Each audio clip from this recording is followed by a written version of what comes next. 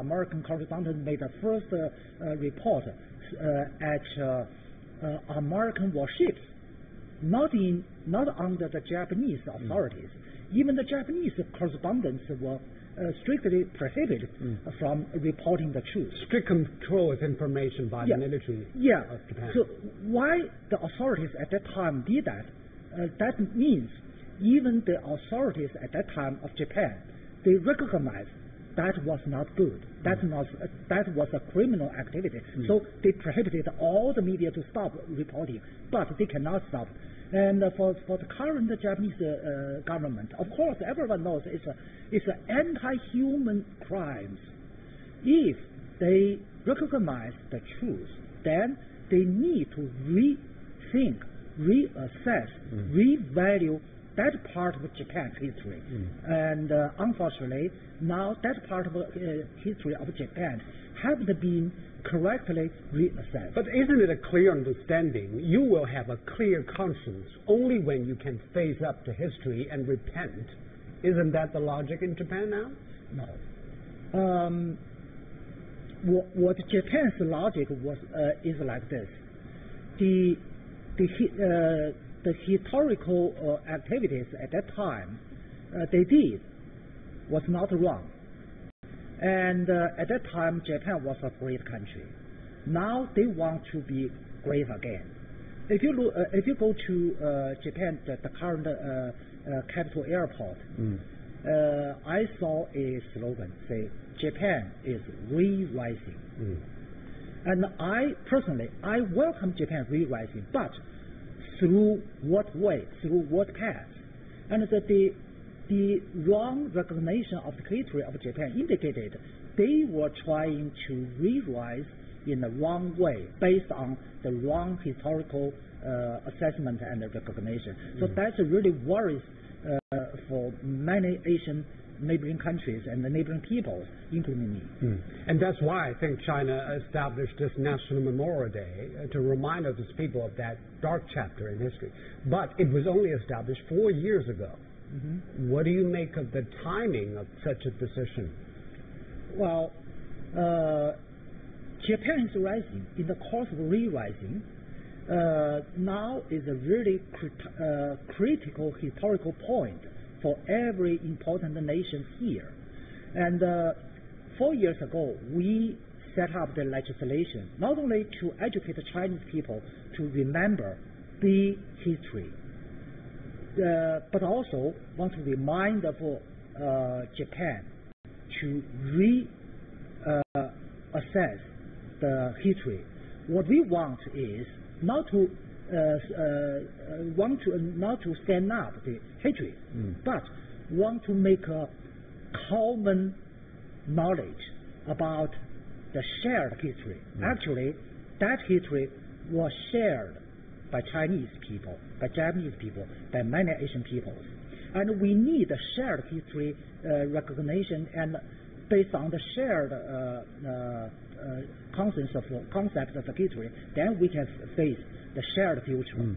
So I think under the current critical time, China's memorial movement or activities are really meaningful, not only meaningful to Chinese people, but also meaningful to Japan. Yeah, it is meant for the Chinese audience and also for the international audience. Well, coming up next, we will have more coverage on the international recognition and response to the Memorial Day in China. Stay with us.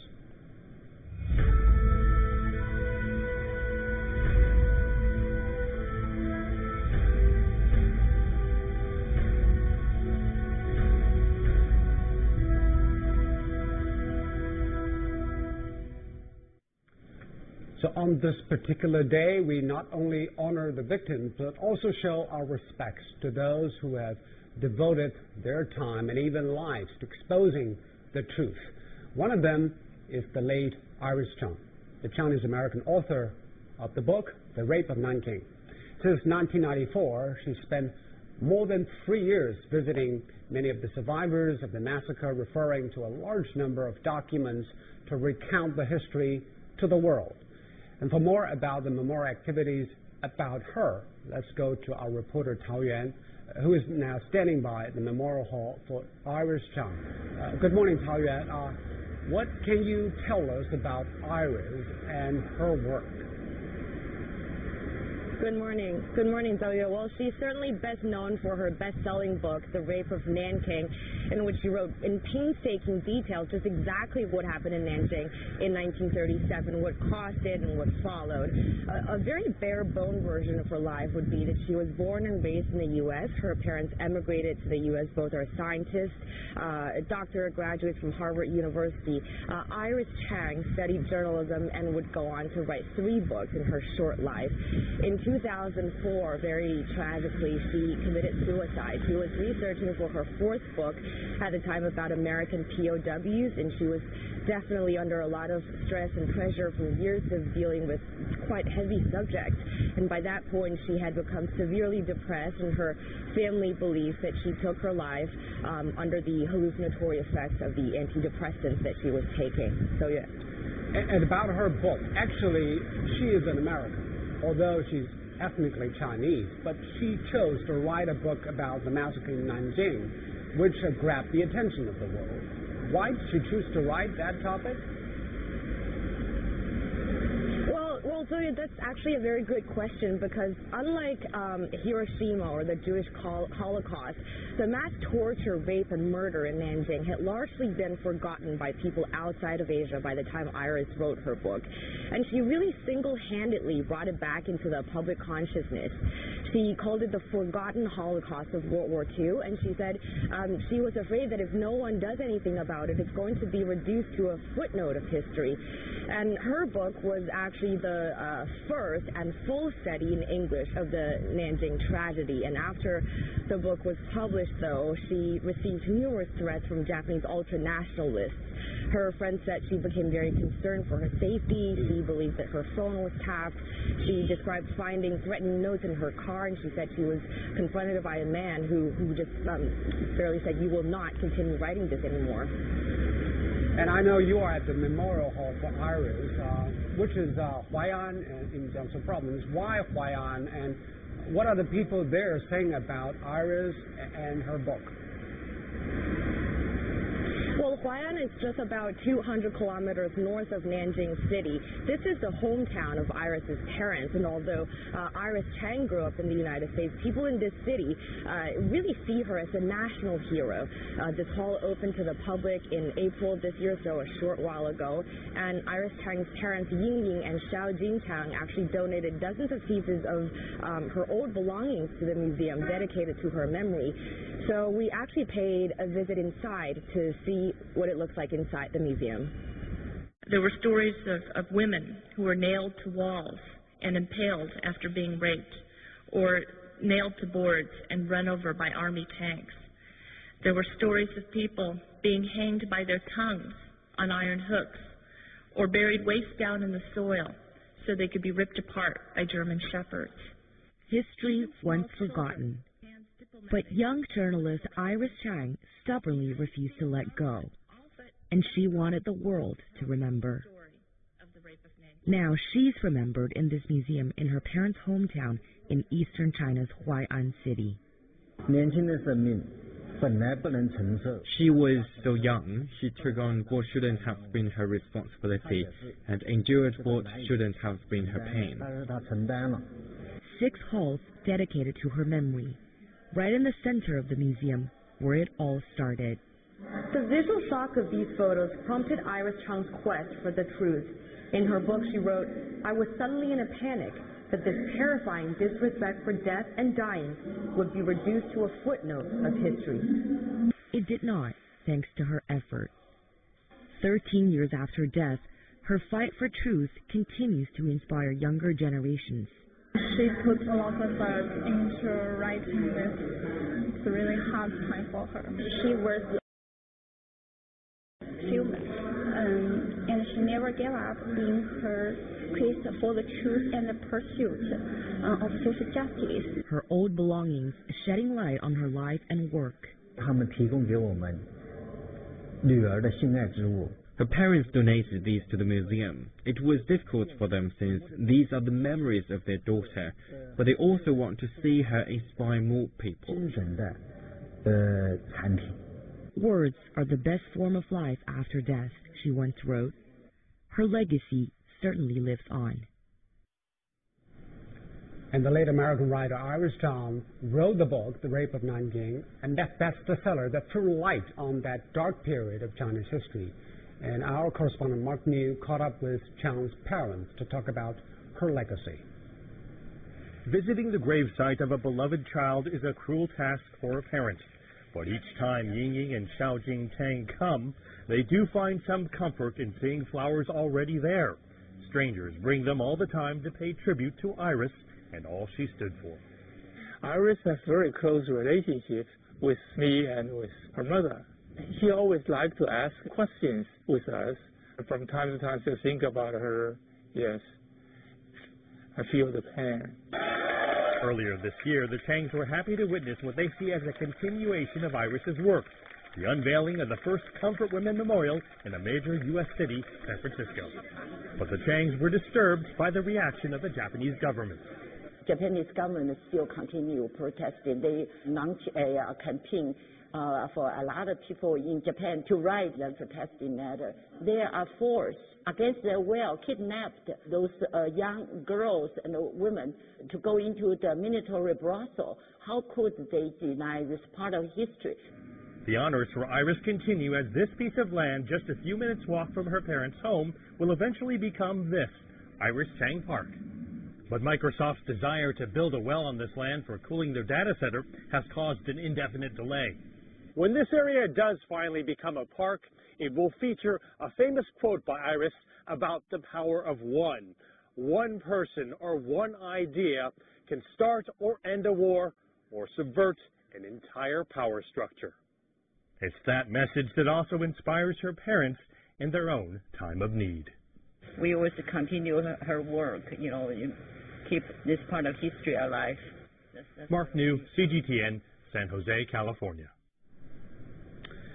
Let's come back to our studio's discussion about the Nanjing Massacre. Thanks to Iris and reporters, journalists, and historians like her, we know better about the Second World War, the Asian theater. Yeah. But the problem is, it seems the information about the China theater, the exposure of what happened is less pronounced than in the European theater. Yeah. Why is that? Well, basically two fundamental reasons. One is the macro reason, that is the micro reason. The so-called macro reason is not only in the history of the Second World War, but also in the whole history. If you were student, you will find the textbook of history always focus on the western part rather than the eastern part. That's the background. So when the World War came, and the historians in the habits focus on western part rather than eastern part. So not only the Nanjing Massacre, but also in the whole picture of the World War II, the gravity of the picture turned to the western rather than eastern. And the macro reason is, as I mentioned earlier, the information, the truth leaked after the massacre in Nanjing were very little. And Iris made a lot of efforts to investigate, to find out, to research the truth. So before her systematic work, there's very few information and to reflect the truth. So that is the concrete reasons why such a darkest page of the history were forgotten by the world. That's, I think, the big reason. It may be forgotten by the world temporarily, but the truth will remain there. And today is a reminder of that truth 80 years ago. A memorial service will be held for the people who died in Nanjing Massacre, which were believed to be in 300,000. This is the scene at the Nanjing Memorial Hall for the massacre victims. Chinese President Xi Jinping, as well as other party and state leaders, will show up for the service. And we understand that Chinese authorities have been paying attention to memories of history, especially the dark history of Chinese being occupied and inflicted so much atrocities on. But do you think this kind of a memory can help our people regain confidence, not only to be not forgetful, but also looking forward? Of course. Actually, the real purpose for Chinese government's decision to establishment the law, the legislation, and the memorial activities, because of the purpose of peace. All the atrocities happened in the war, and to avoid such a repeat. Now we have the state leaders headed by President Xi Jinping, and also Yu Zhongshan, chairman of the Chinese People's Political Consultative Conference, and other state leaders showing up at the memorial service in Nanjing. Yu Zhongshan, the chairman of the CPPCC, is believed to be able to deliver a keynote speech at the 80th anniversary of the Nanjing Massacre. Thousands of people were attending this year's memorial service in Nanjing, including servicemen, young students, relatives and families of the survivors, and friends and representatives from the international community.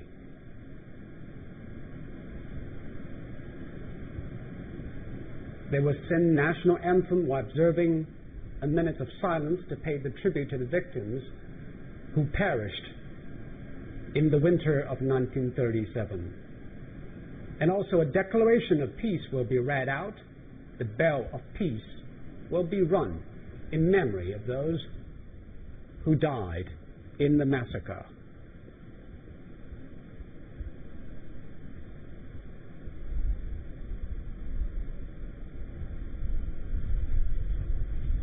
It's a cold morning, as it was 80 years ago in Nanjing. This is National Memorial Service for the victims of the Nanjing Massacre. President Xi Jinping walked on the petals in front of the Memorial Hall in Nanjing.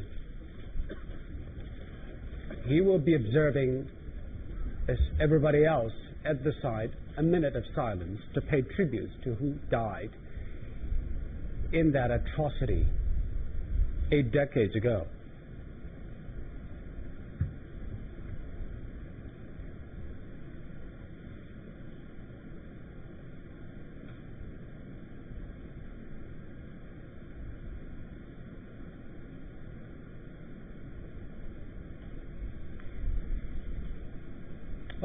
China set December the 13th as the National Memorial Day for the victims of the Nanjing Massacre back in 2014. And back then, Chinese President Xi attended the first memorial activities of the Nanjing Massacre in 2014. Well, during that ceremony, he said the Chinese people will remember history while cherishing peace and creating a better future for all human beings. Well, this year marks the 80th anniversary of that massacre. And that's why he chose to come again, to join others, to remember those who were killed.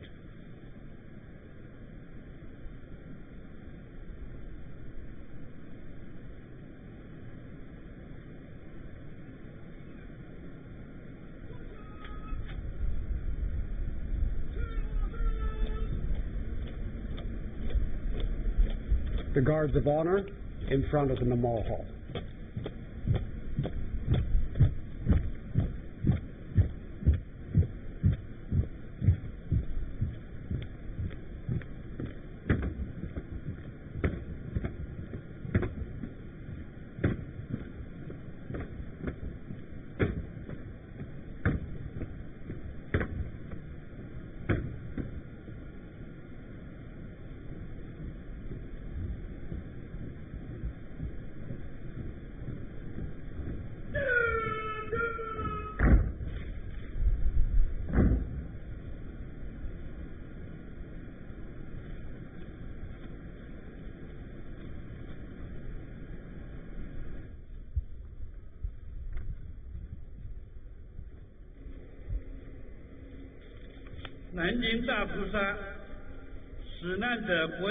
The National memorial service for Nanjing Massacre victims begins now. Please rise to the national anthem of the People's Republic of China.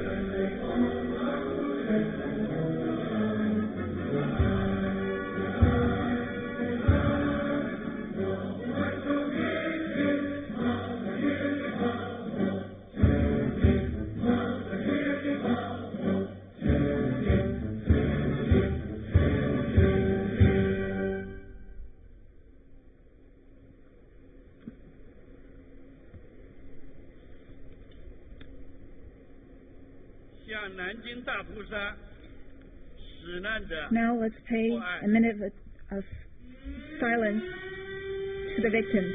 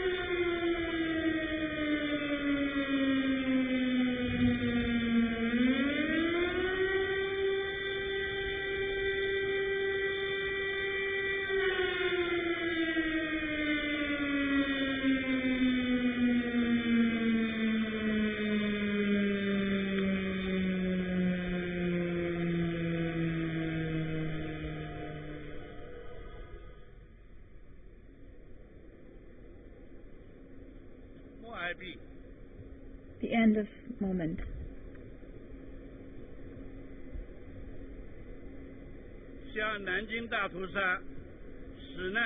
To the massacre victims, let's present the flowers.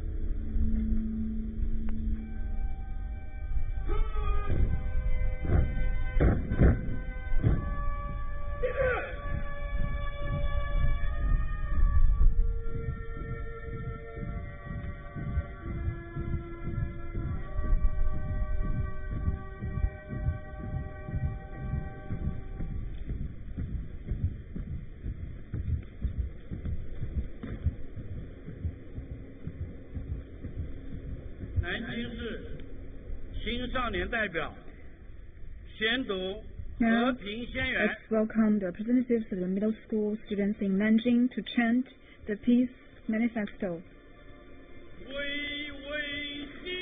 The Yangtze River runs through the city of Nanjing. The flowers of Zhongshan Mountain are forever blossoming. In 1937, the tragedy befallen.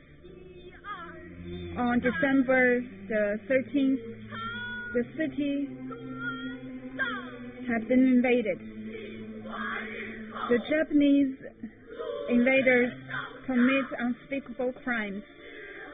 Bodies covered the fields, and blood stained the Yangtze River. 300,000 lives were lost. In 6 weeks of purgatory and devastation,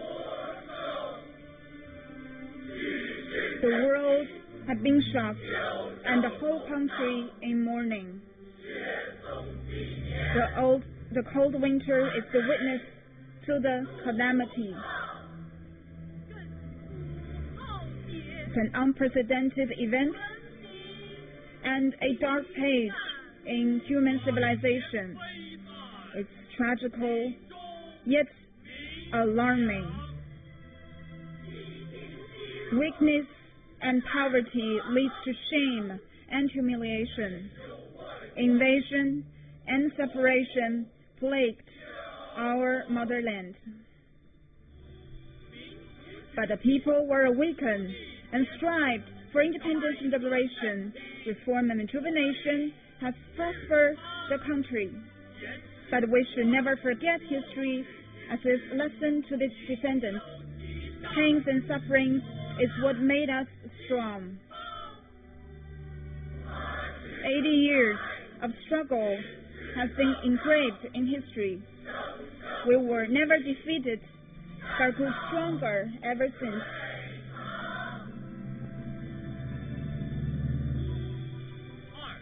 On the Memorial Day of 2017, we are once again convened on this solemn occasion, wearing white flowers in commemoration of the victims. We wrote this peace manifesto to demonstrate that righteousness and justice never die. Friendliness and harmony lead to prosperity. Peace and development are the theme of the times. National rejuvenation is a dream for generations. The words of commemoration were imprinted on a tripod. The history shall be remembered and forever engraved. The history shall be remembered and forever engraved. The history shall be remembered and forever be engraved. Forever engraved.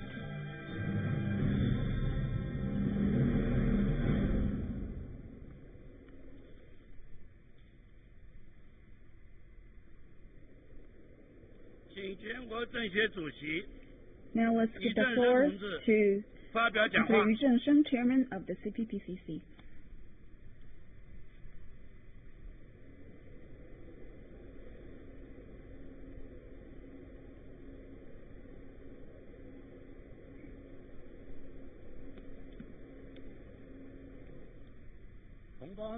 Compatriots, comrades, friends. This year marks the 18th anniversary for the Nanjing Massacre. 80 years ago, the Japanese invaders committed the crime of Nanjing Massacre. 300,000 people were slaughtered, and millions of women and children were trampled and raped. The city of Nanjing witnessed atrocity, and this inhumane deed is against human nature, and is a dark page in human civilization. Today, we gather here to hold the National Memorial Service for Nanjing Massacre victims in commemoration of the deceased in the massacre, and all lives that were lost during the Japanese aggression, as well as all people who had given their lives for the victory of the Japanese, of the war of resistance, as well as in commemoration of all those people from home and abroad that have given their lives to our fight to independence. It's a declaration that we will never forget the past, and that we will cherish peace in the future. It's a solemn declaration that peaceful development is our wish and pledge. 80 years has passed. The dark history of the massacre has been recognized by UNESCO as the World Heritage of Memory, and will be forever engraved in history. Faced with the atrocity of the Japanese invaders, our compatriots rise and fall together and fight together, and a lot of people offered help to protect the innocent civilians and keep records of the atrocity. Among them are John Rabbe from Germany, Sindberg from Denmark, John March from the United States, for their humanitarian efforts. The Chinese people will never forget. At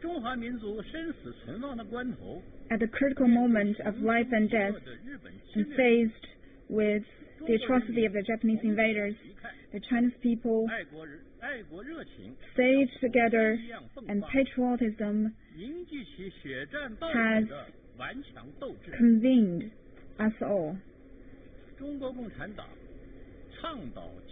The Communist Party of China has led this effort against Japanese invasion, and has played the main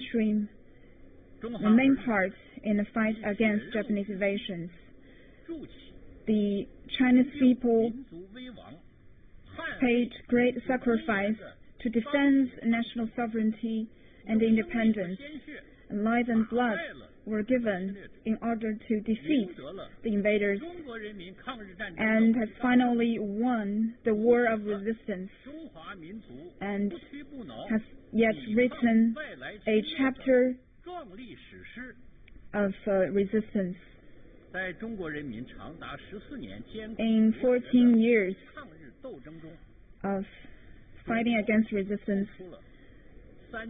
we have lost 35 million people in casualties, and China has become the main battlefield for anti-fascist war, and has made great contribution to the winning of the World War II. Compatriots, comrades, dear friends, we should never forget history and be forever engraved. The Nanjing Massacre, Manila Massacre, or the death rail of Thailand and Myanmar. The Chinese people and the people all over the world will never forget only if we can remember history can we build a better future. In the future, we should also keep the past in mind. We should keep in memory the stories of our predecessors in order to avoid the repeating of tragedies and also fight for the continued human prosperity and peace. War is like a mirror. It keeps reminding us the preciousness of peace.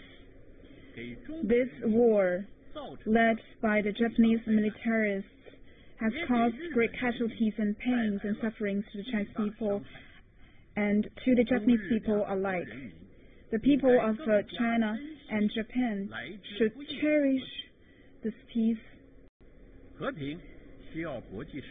and peace needs the safeguarding effort of the entire international community. We should face the past in a candid manner and gain strength from it. To safeguard peace, people all over the world should work together to honor the UN Charter and international orders and further promote peace and development of the entire human race. To safeguard peace, China will stay committed to peaceful development. Whenever development stage we are, we will never expand and will never enforce what we have suffered to other nations. China and Japan are neighbors, and we have a lot of civil communications, and we go way back. Therefore, we should be friendly neighbors and learn from each other and conduct friendly diplomatic relations. We should further deepen our cooperation and foreign relations with neighboring countries, including Japan. This year marks the 45th anniversary of the official establishment of foreign relations, and our two countries should base our foreign policies on the interests of the two people, and peace and development and friendliness should be the theme. And we should learn from history and face the future and continue the friendly relations and contribute to the peace and development of the human race.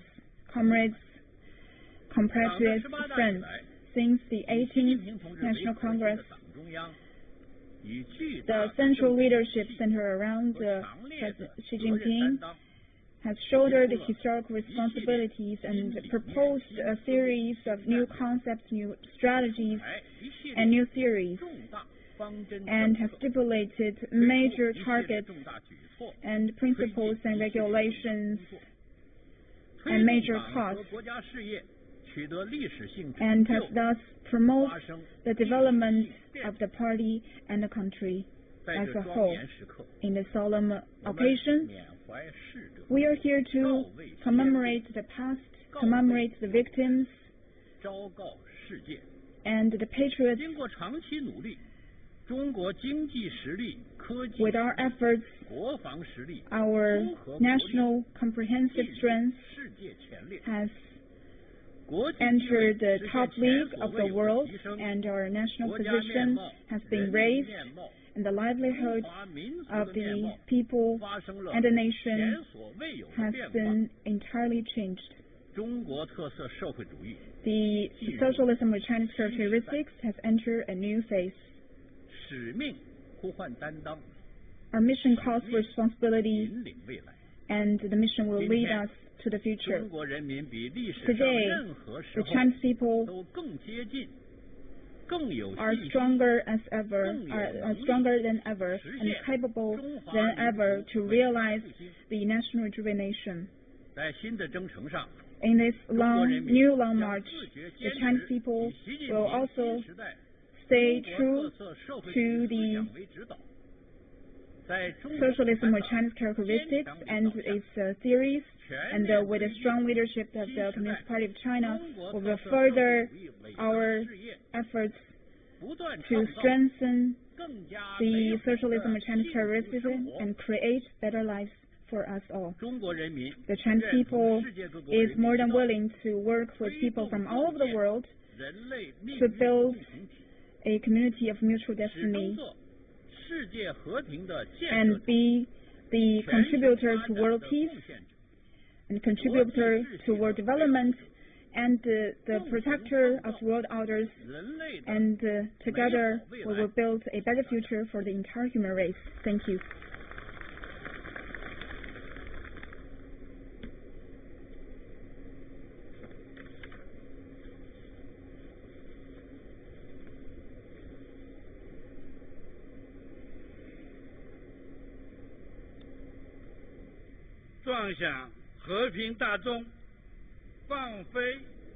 Now let's release the dole representing peace and also ring the bell of peace.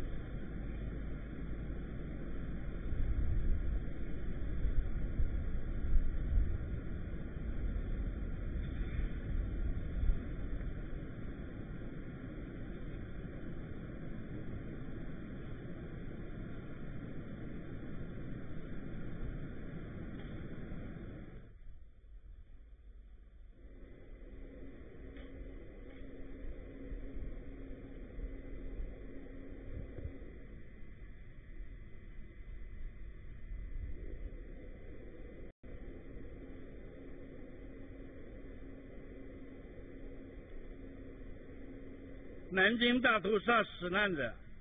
victims of Nanjing Massacre memorial service concludes now.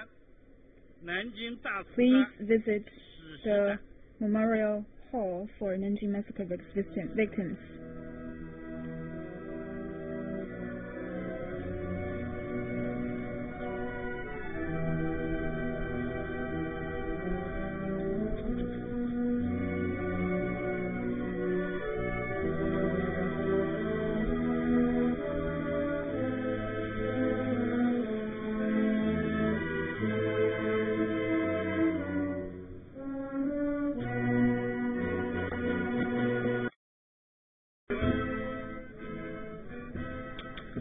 Well, that's the memorial service attended by Chinese President Xi Jinping and other top leaders. It is a memorial service to the victims who died in the Nanjing Massacre 80 years ago. Zhongshan, the chairman of the CPPCC, made a keynote speech. He reminded the Chinese people of dark chapter of the Chinese modern history, but he said the reminder is not to incite hatred, but to remind people of the importance of peace. China is a different nation than 80 years ago. China has grown strong and more prosperous, but China will not inflict the pains like it has been inflicted upon 80 years ago. To talk about the messages delivered at the memorial service, let's turn to Yang Xiyu, Senior Fellow from the China Institute of International Studies. So, Mr. Yang, 80-year anniversary of Nanjing Massacre, attended by the state leaders, and a message from the top political advisor. What do you make of their messages about remembering and also looking to the future? Well, I think the speech just now sent very important two messages. Number one, memory the history for the better future. And the history we shared, although part of the history are horrible, that is one of the darkest page in the human history. But in reality, China and Japan